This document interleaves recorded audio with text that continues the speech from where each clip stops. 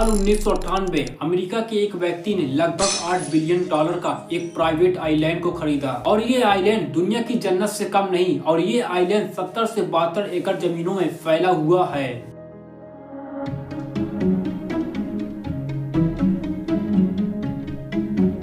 और इस आइलैंड के चारों तरफ सिर्फ पानी पानी है और इस आइलैंड के आने के लिए ना कोई रास्ता ना कोई पुल। अब सवाल उठता कैसे लोग आते हैं। यहाँ आने के लिए हम आम आदमियों की जरूरत के रास्ते की नहीं है बल्कि अमीरों लोगों के एरोप्लेन की जरूरत है।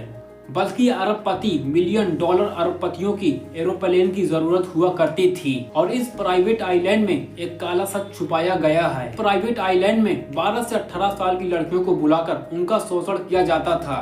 पर यहाँ क्वेश्चन उठता है कि यहाँ पर कौन कौन आया करता था। आखिर इस प्राइवेट आइलैंड का मालिक कौन है। Jeffrey Epstein.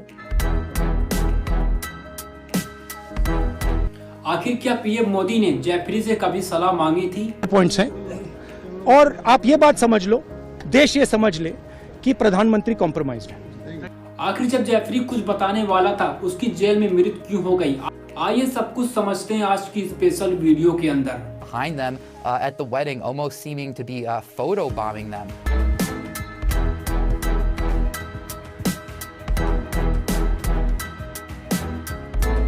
दोस्तों 20 जनवरी 1953 को अमेरिका के न्यूयॉर्क शहर में एक लड़के का जन्म होता है जिसका नाम रहता है जेफरी एप्स्टीन। हैरानी की बात है कि इस लड़के के पास किसी भी कॉलेज की डिग्री नहीं थी, फिर भी अपने करियर की शुरुआत एक स्कूल टीचर के रूप से शुरू करता है और इस स्कूल का नाम रहता है डेल्टन स्कूल। लेकिन उस स्कूल के कुछ छात्र जेफरी एप्स्टीन के व्यवहार पर सवाल उठाना शुरू कर दिए। कुछ स्टूडेंट का मानना है कि जेफरी एप्स्टीन की नज़र ठीक नहीं रहती थी और लड़कियों के साथ उनका असहज व्यवहार रहता था। एक स्टूडेंट ने याद करते हुए बताया कि एक पार्टी थी जिसमें सारे लड़के ड्रिंक करते थे। जेफरी आता है पर जेफरी की नज़र लड़कों पर नहीं रहती है। कॉरिडोर में खड़ी सारी लड़कियों के ऊपर जेफरी की नज़र होती है।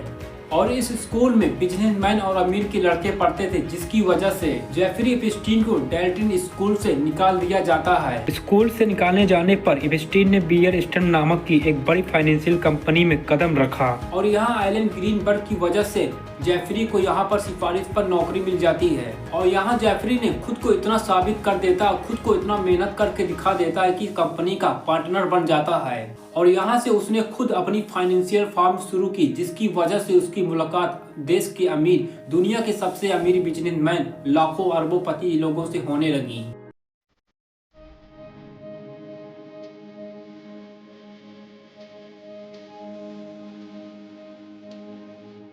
और यहीं से शुरू हुई उसकी खुफिया एप्स्टीन नेटवर्क।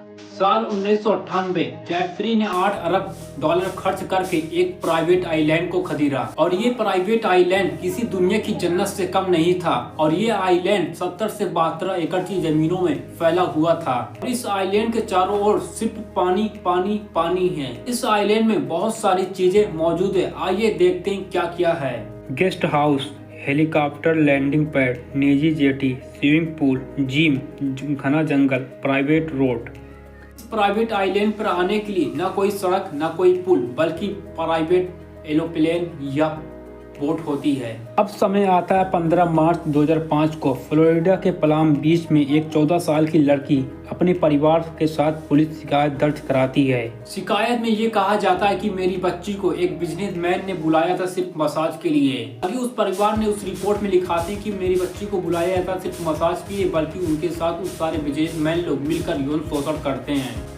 और यहीं से जेफरी एप्स्टीन की कहानी स्टार्ट होती है गिरफ्तारी से।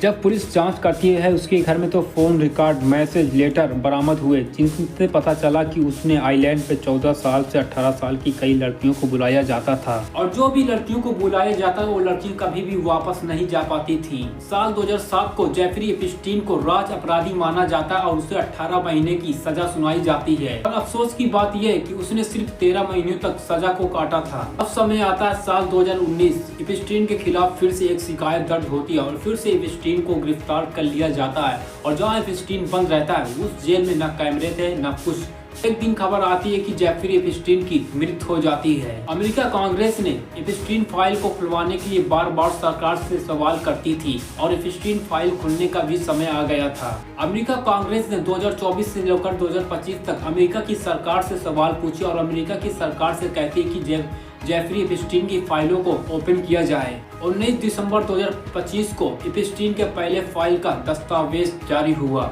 जिसमें लाखों पन्ने के दस्तावेज, तस्वीर, ईमेल, वीडियो, फोटोज थी। 30 जनवरी 2026 तक अमेरिका के जस्टिस डिपार्टमेंट ने लगभग 35 लाख की दस्तावेज जारी कर चुका है। क्वेश्चन यहाँ पर उठता है, जेफरी एप्स्टीन के एक मेल में पीएम मोदी जी का भी नाम आता है, क्या वो नाम सच है या गलत? पर ये मेल आया, पर अभी तक कोई भी पुख्ता सबूत नहीं मिला कि पीएम मोदी जेफरी एप्स्टीन से मुलाकात की या कोई सलाह मांगी हो।